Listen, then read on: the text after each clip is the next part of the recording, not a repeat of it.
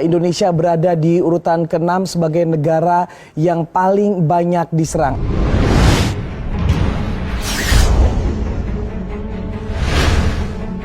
Di Indonesia, selain punya tentara militer untuk membela negara, ternyata juga memiliki pasukan hacker yang siap berperang jika ada usikan, gangguan, atau hal-hal yang meresahkan Indonesia dari luar. Mereka biasa disebut dengan Cyber Squad atau tentara cyber. Walaupun secara resmi bala tentara ini tidak memiliki legitimasi secara hukum atau berbentuk badan nasional, akan tetapi jumlahnya cukup banyak dan siap menggempur siapa saja yang melangkahi kedaulatan dan harga diri Indonesia.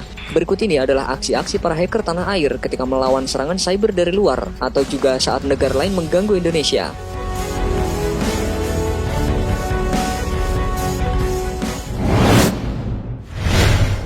Hacker Indonesia melawan Filipina.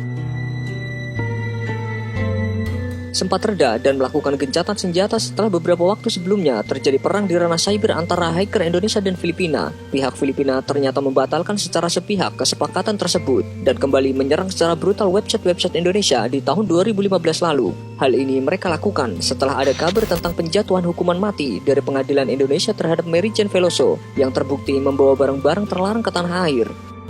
Uniknya, dalam konfrontasi dunia maya, setelah terjadinya gencatan senjata tersebut dan serangan-serangan baru, para hacker Indonesia sudah mulai malas menghadapi ancaman dari para peretas Filipina dan hanya beberapa dari mereka yang tetap melakukan serangan balasan. Namun, pada akhirnya para pihak hacker Filipina meminta maaf kepada Indonesia dan memperbaiki hampir semua website yang telah mereka retas.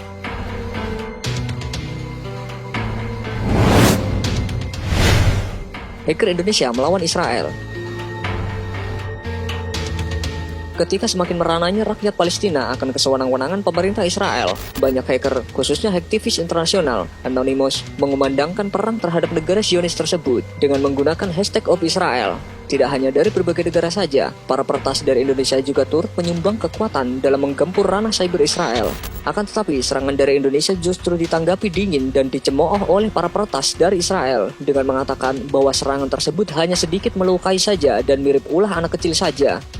Tentu saja ungkapan tersebut membuat para hacker dari tanah air berang dan semakin bernafsu menggempur Israel. Tidak mau diam saja, beberapa kelompok hacker atau juga yang individu melancarkan serangan balasan ke Indonesia. Walaupun tidak begitu banyak website di tanah air yang berhasil rontok, namun hacker Israel merasa bangga akan hal tersebut dan mengakibatkan serangan dari Indonesia semakin gencar dan sporadis.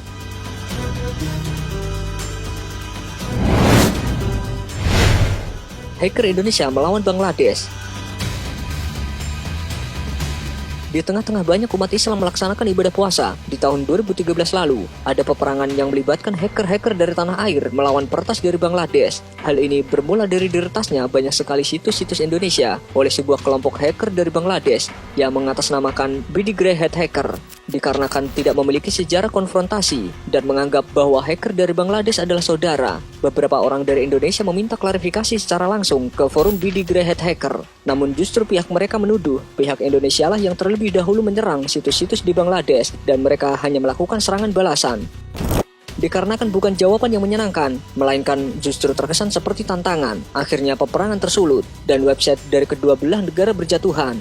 Selama beberapa hari, peperangan antara hacker dari tanah air dan dari Bangladesh berlangsung, yang pada akhirnya pihak BD Grey Hat Hacker menuliskan status permintaan maaf dan ajakan untuk berdamai di forum mereka sendiri, yang secara langsung direspon oleh para peretas dari Indonesia. Seketika itu, serangan mulai berhenti.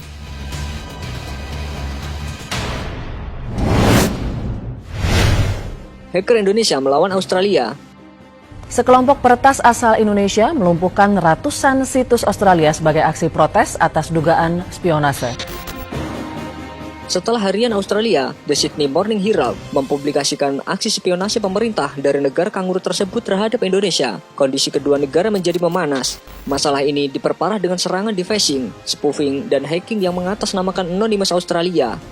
Tentu saja tidak mau berpangku tangan saja, banyak hacker Indonesia yang bergerak dalam kelompok atau yang individu melancarkan serangan belasan ke pihak Australia. Hasilnya, ratusan website Australia yang mayoritas milik pribadi atau umum menjadi korban di phishing, spoofing, sampai hacking yang menghapus databasenya.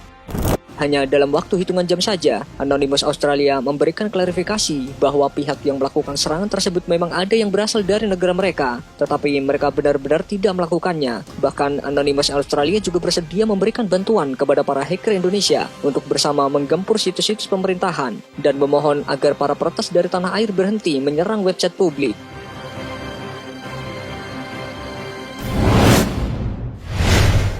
Hacker Indonesia melawan Malaysia yang dibantu Cina.